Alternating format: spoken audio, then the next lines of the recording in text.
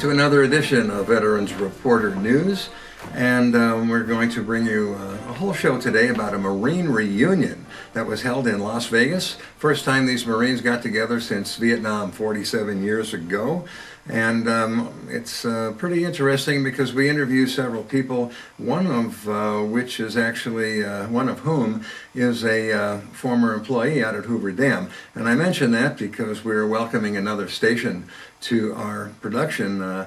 Every couple of weeks, Boulder City Television, BCTV, they're going to be showing various segments of our show here that we produce in Las Vegas. So welcome to BCTV, and this is going to be a reunion we had from Vietnam Marines of the 2nd Battalion, 3rd Marine Regiment, and the 3rd Marine Division. Had a big reunion at the Plaza Hotel in Las Vegas.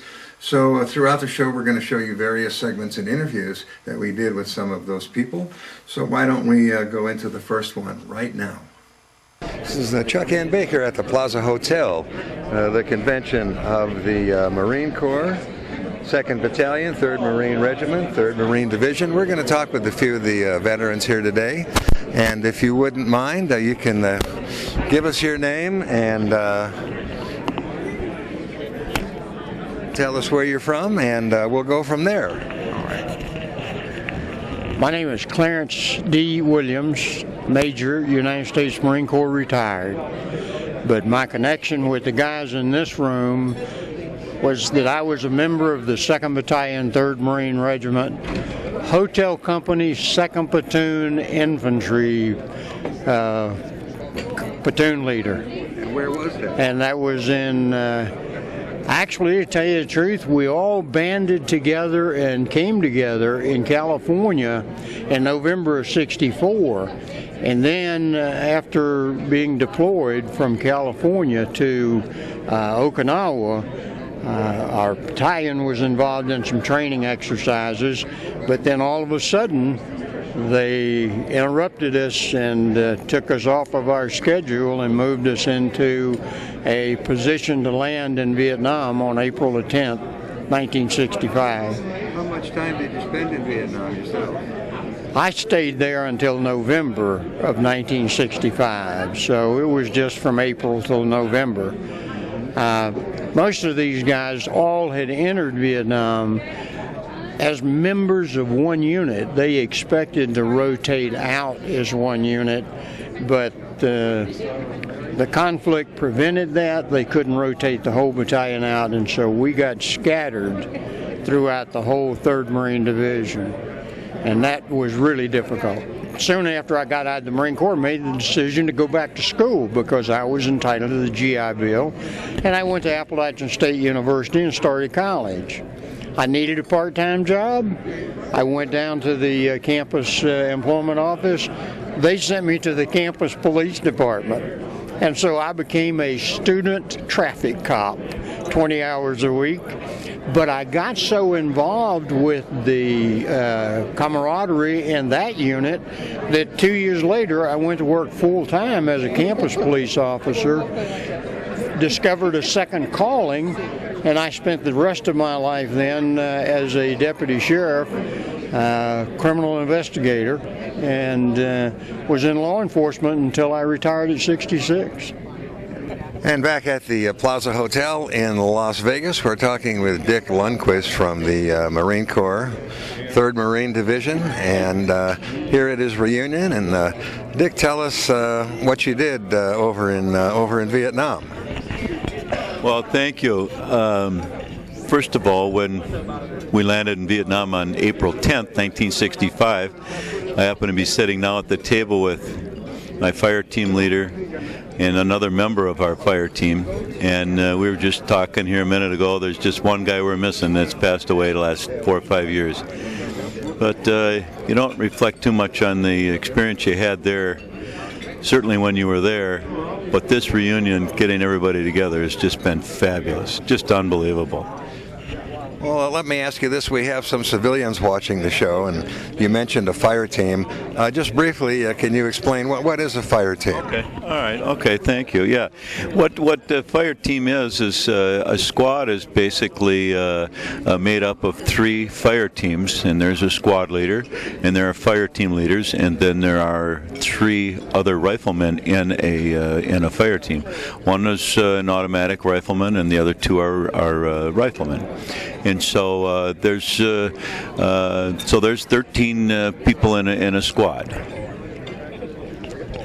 And tell us now, after you got out of the service, where did you settle down, and what kind of a career did you have? Okay, yeah, I was born and raised in Minneapolis, Minnesota, and when I went in the Marine Corps, that was really the first time ever being away from home, and 3 years later I returned, and I had the great opportunity. My folks owned a jewelry store in Minneapolis, and I was back home 2-3 years, and I went into learning how to size a ring, set a stone, create a ring, and took a small little mom and pop jewelry store to something that was bigger than my expectations could ever be. But it was a fun ride, and I still say that the experience of being in the Marine Corps gives you a little bit of fortitude to keep pushing away all the time. And I can't thank my decision that I made at 18 to go in the Marine Corps. I just can't take it any better than that. It's just wonderful. Chuck Ann Baker at the Plaza Hotel in Las Vegas, talking with Richard Malem, who is a Las Vegas resident, and at the reunion, the 47th years that he was in Vietnam with his Marine unit. And we're going to talk to Richard right now. And Richard, tell us a little bit about what you did over in Vietnam. Well, Chuck, I was a squad leader with the weapons platoon, the Hotel Company, 2nd Battalion, 3rd Marines. We arrived in Vietnam on the 10th of April, 1965. And we spent up until December of 1965 and rotated back to the U.S. But prior to leaving for home, many of us, we came as a group. Okay, while in Vietnam, we arrived there on 10th April 1965 as a battalion, and we had 204 men with us. And as time went by, 47 years later, this is the first time that we were able to have a reunion. It took one person by the name of Paul Salas, who happened to have been in my squad, who was injured on May 11th of 65 when he was medevaced out when he fell into a punji stake trap. And that was the last time I ever saw him. Well, back in October of last year, 2011, I received a phone call from Paul, and by this time, Paul had reached out to many of our fellow Marines, veterans, and long story short, here we are today after 47 years. Well, I stayed in the Marine Corps, and I retired as a Master Gunnery Sergeant, and initially retired out of California. However, in 1996, in August, my family and I moved to Las Vegas, and I took a job over at Hoover Dam as a regular police officer. And after being there for a short period, after 7 months, I was promoted to a lieutenant there at the police force at Hoover Dam. And another 8 months or so later, I became the chief of police. And I remained there for a total of 10 years. And I recently retired in January of 2008. Chuck Ann Baker back with another segment of the Marine Reunion held at the Plaza Hotel in Las Vegas.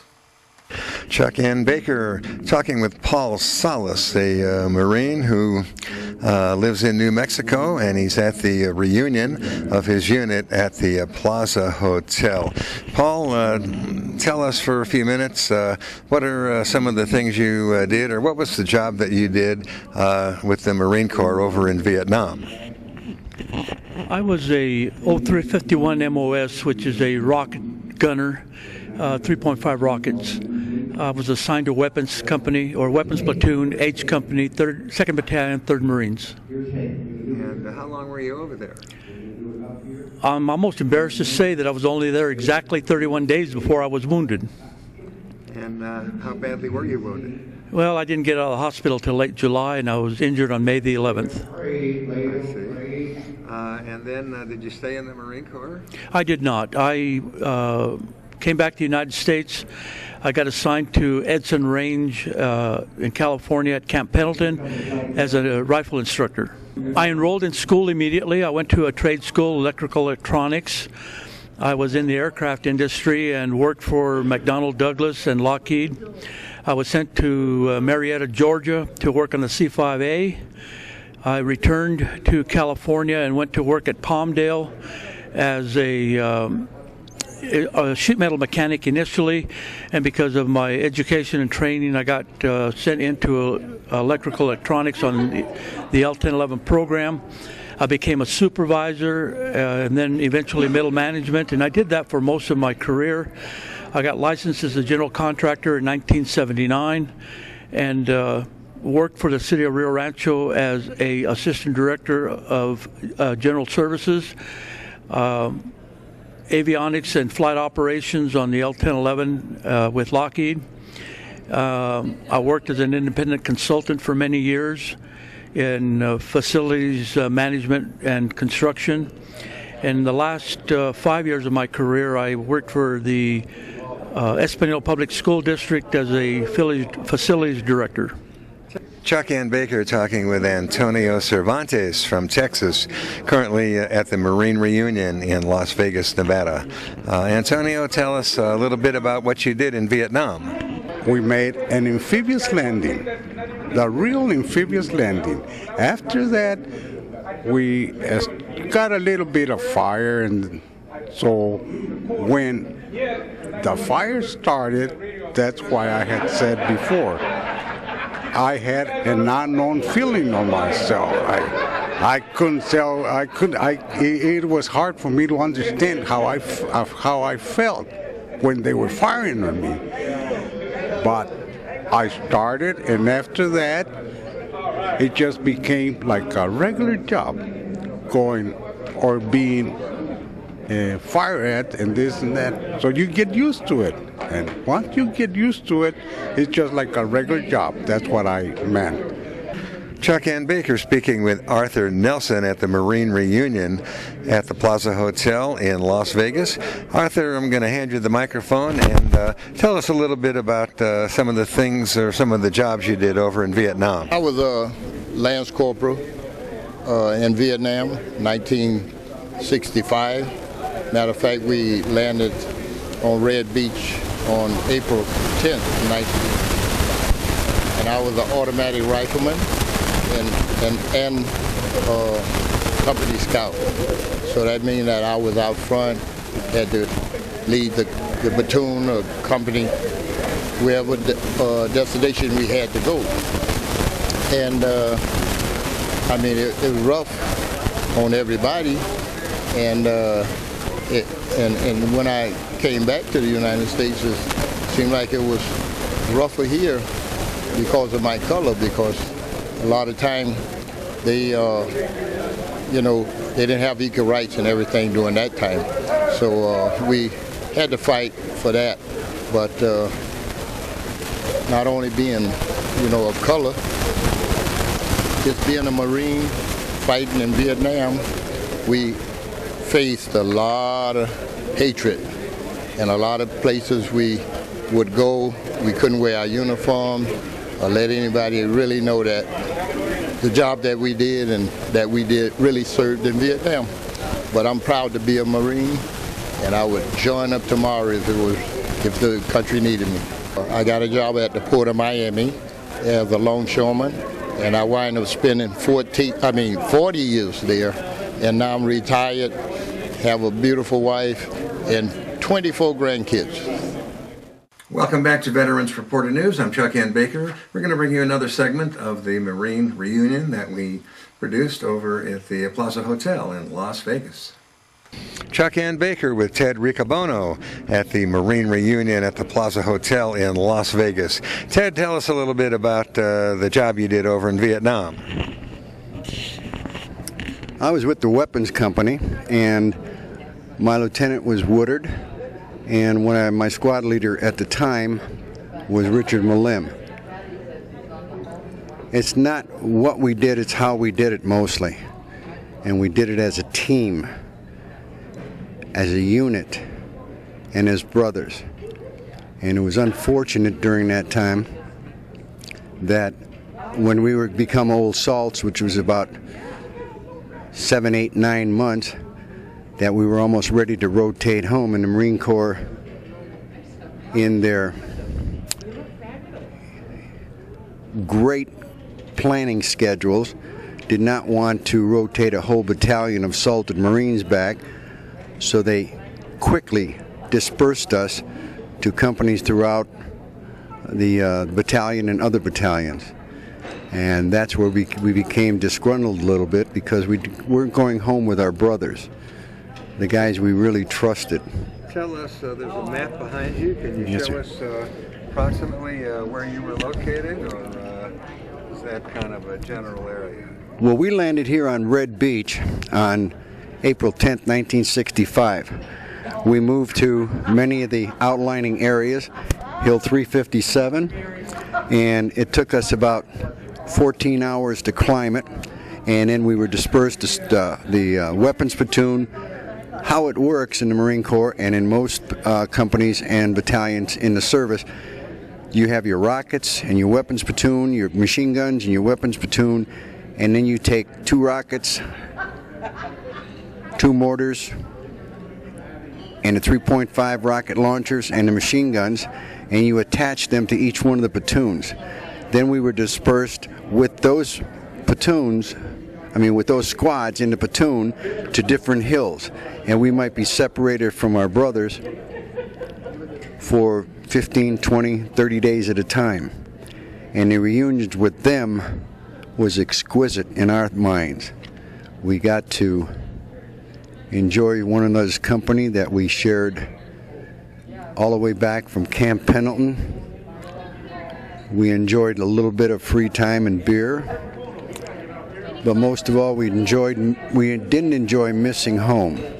When I got back to the States, I was promoted to buck sergeant, and I became a PMI, which is a preliminary marksman instructor. Preliminary marksmanship instructors take raw recruits out of boot camp, and as many people know, we tried to make them as good a Marines as we thought we were.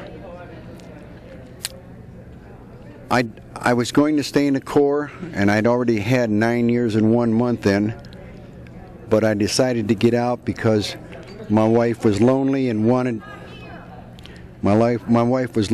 she wanted to go back to Cleveland, Ohio. I'd done quite a bit of schooling in San Diego.